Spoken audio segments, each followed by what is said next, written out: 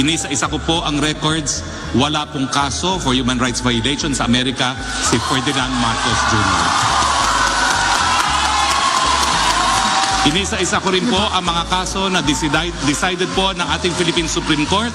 Totoo. Panawagan ninyo kay Pangulong Marcos ngayon na may duda tayo sa kanyang pag-iisip. Sabay-sabay tayo nang marinig nila ang ating kahilingan. Marcos! Marcos resign!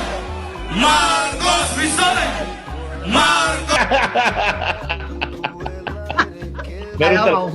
Pag siya, si tatay di gumlubos ang tiwala sa kanya.